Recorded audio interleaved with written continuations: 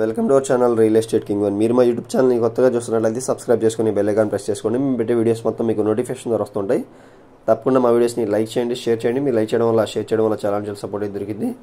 ఇప్పుడు మనం చూస్తున్న ఇండిపెండెంట్ హౌస్ వచ్చి టోటల్గా 160 స్క్వేర్ యార్డ్స్లో ఉన్న ఇండిపెండెంట్ హౌస్ అనమాట. ఎదురొచ్చి మనకి కార్ పార్కింగ్ ఫెసిలిటీ అయితే వచ్చిందండి. సిఆర్డి అప్రూవ్డ్ ప్లాన్తో కట్టిన G+1 ఇండిపెండెంట్ హౌస్ అండి. ఇది మనకి ఇంటి ముందు వచ్చి 40 ఫీట్ రోడ్ అయితే ఉందన్నమాట.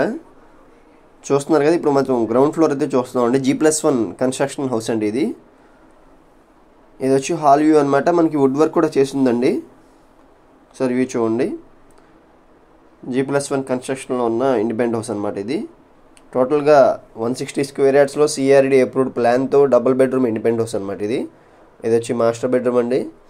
దీంట్లో మనకి అటాచ్డ్ బాత్రూమ్ కూడా ఉంది. ఒకసారి వ్యూ చూడండి. ఏరియా వచ్చి పెద్దపులపాక ఏరియా అండి. ఇది మనకి పంచాయతీ కింద వచ్చింది అనమాట. ఇది వచ్చి సెకండ్ బెడ్రూమ్ అండి. ఒకసారి సెకండ్ బెడ్రూమ్ కూడా చూడండి.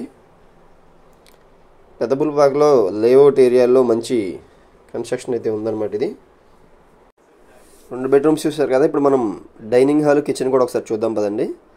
ఈ G+1 కన్స్ట్రక్షన్ హౌస్ వచ్చి మనకి 95 lakhs అయితే చెప్తున్నారు. 160 గజాల్లో ఉన్న ఇండిపెండెంట్ హౌస్ అనమాట. ఇది వచ్చి మనకి డైనింగ్ హాల్ అండి. మనకి డైనింగ్ హాల్ పక్కనే కిచెన్ అయితే వచ్చింది. ఒకసారి చూడండి.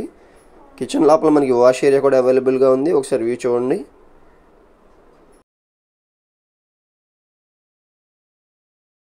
మాడ్యులర్ కిచెన్ అయితే చేయించారు. లోపల వాష్ ఏరియా కూడా అవైలబుల్గా ఉందండి. ఒకసారి వాష్ ఏరియా కూడా చూడండి.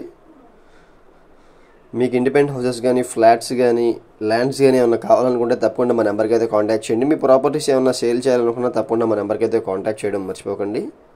తప్పకుండా మీరు మా ఛానల్ని కొత్తగా చూస్తున్నట్లయితే సబ్స్క్రైబ్ చేసుకోండి. బోర్ ఫెసిలిటీ అయితే ఉంది. కామన్ బాత్రూమ్ కూడా వచ్చింది.